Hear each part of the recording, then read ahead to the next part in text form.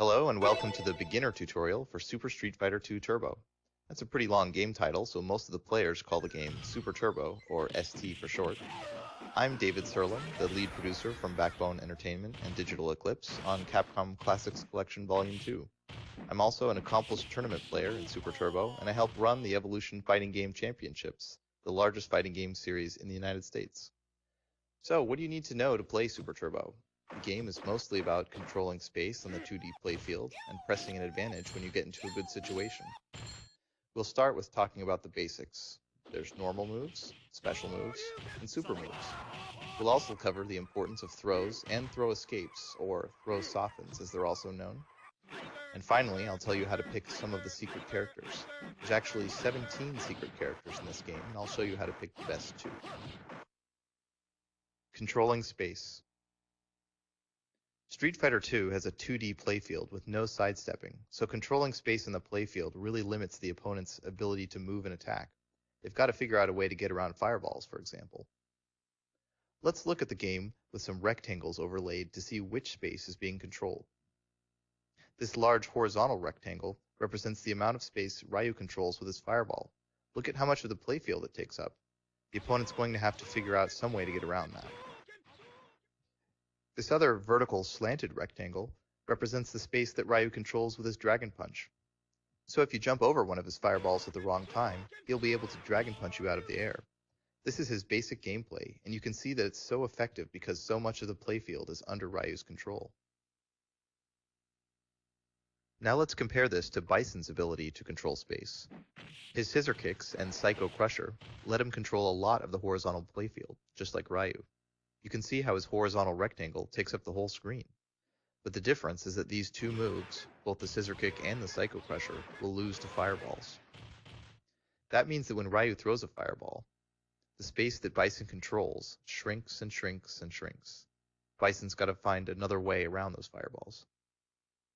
Also, remember that Ryu had that big vertical slanted rectangle which represented his Dragon Punch.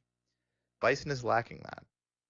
And that's one of his weaknesses. If an opponent jumps in on him, he could try to do a Stand Fierce punch, but it has a pretty small hitbox and is not as high priority as a Dragon Punch.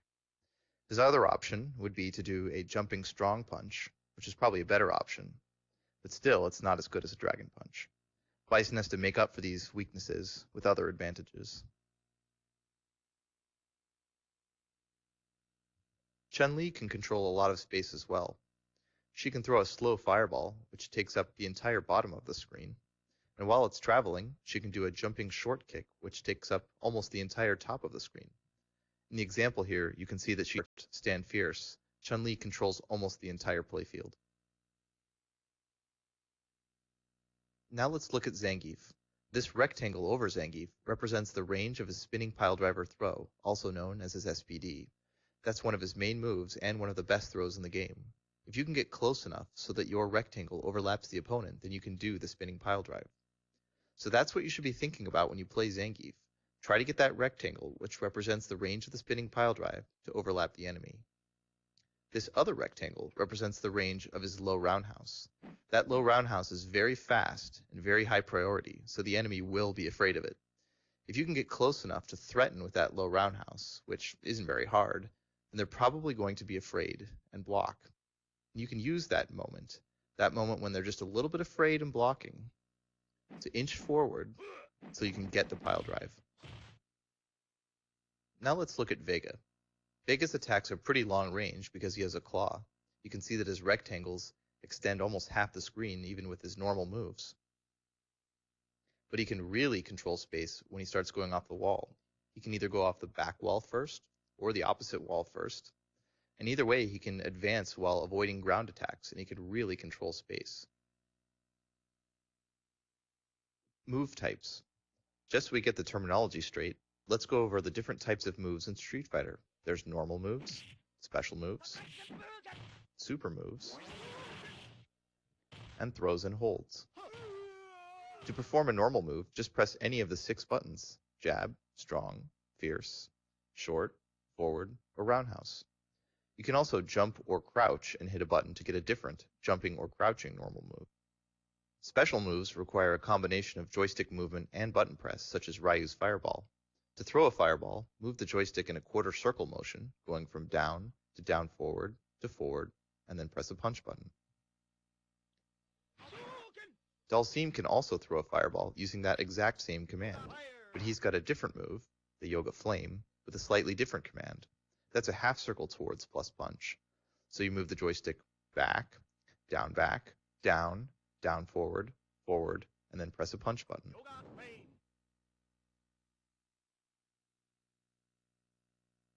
Guile's Sonic Boom has an even different motion. You've got to hold the joystick in one of the back positions, such as straight back or diagonally down and back. You hold it there for about 1 second, and then you go towards and press a punch button. Special moves usually have strong properties that normal moves don't. For example, Dragon Punches, Honda's Headbutt, and Balrog's Buffalo Headbutt are all invulnerable when they start. Projectiles like Ken and Ryu's Fireballs, Guile's Sonic Boom, or Sagat's Tiger Shots aren't invulnerable, but they do control a lot of space. Other moves such as Honda's Flying Butt, Bei Long's Flying Kicks, or Vega's Wall Dive allow you to move forward while avoiding ground attacks. Most special moves do block damage also. That means that even if the opponent successfully blocks, he'll still take a little bit of damage. Super moves are even more powerful moves with even better invulnerability.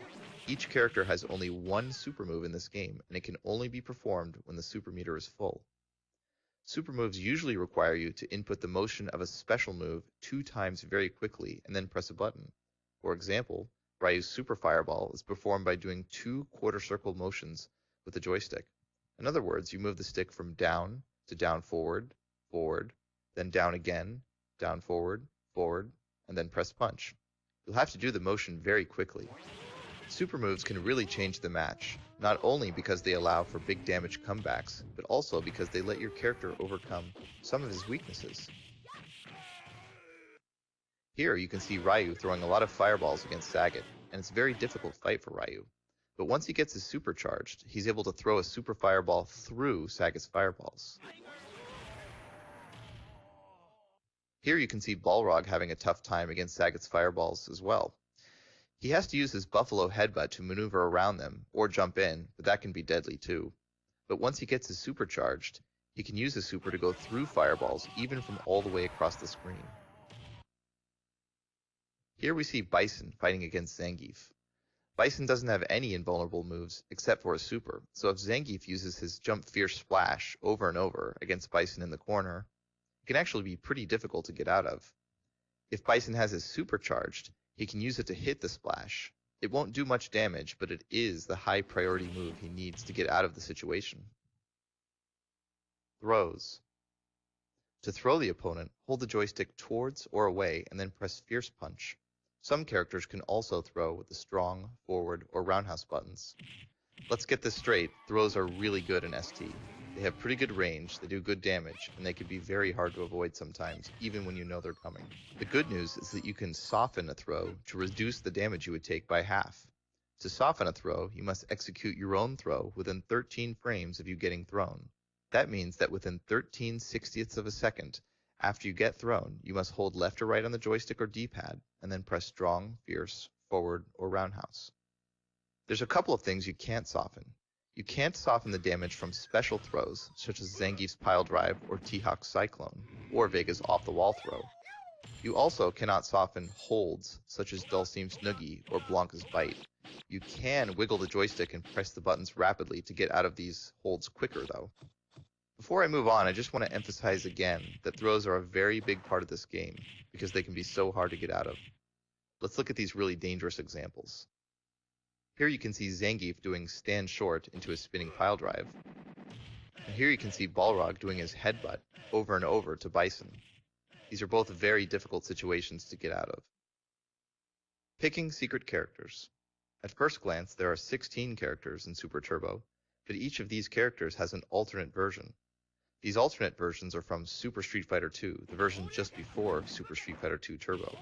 They are usually referred to as the super versions of the characters, or the old versions. The old characters don't have super meters, so they can't perform super moves. They also cannot soften throws when they get thrown, which means they will always take full damage from throws. In exchange for these drawbacks, the old characters have minor advantages such as slightly faster movement or moves. Most old characters aren't worth bothering with though. The best old character, and one of the best characters in the entire game, is Old Sagat. Another honorable mention is Old Ken. To pick Old Sagat, move the character selection box to Sagat, then press the jab button.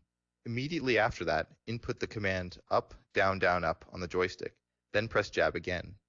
If you forget that code, you can just violently wiggle the stick up and down a lot and then press jab, and that should work too. You'll hear Tiger if you did it right. To pick Old Ken, move the character selection box to Ken, then press the jab button. Immediately after that, input left, left, left, right on the joystick, and then press jab again. Again, you can just wiggle the stick left and right quickly if you forget the code, and then press jab, and that'll work too. Also, if you press jab and short at the same time at the end of the code instead of just jab, you'll get a very slightly different color costume.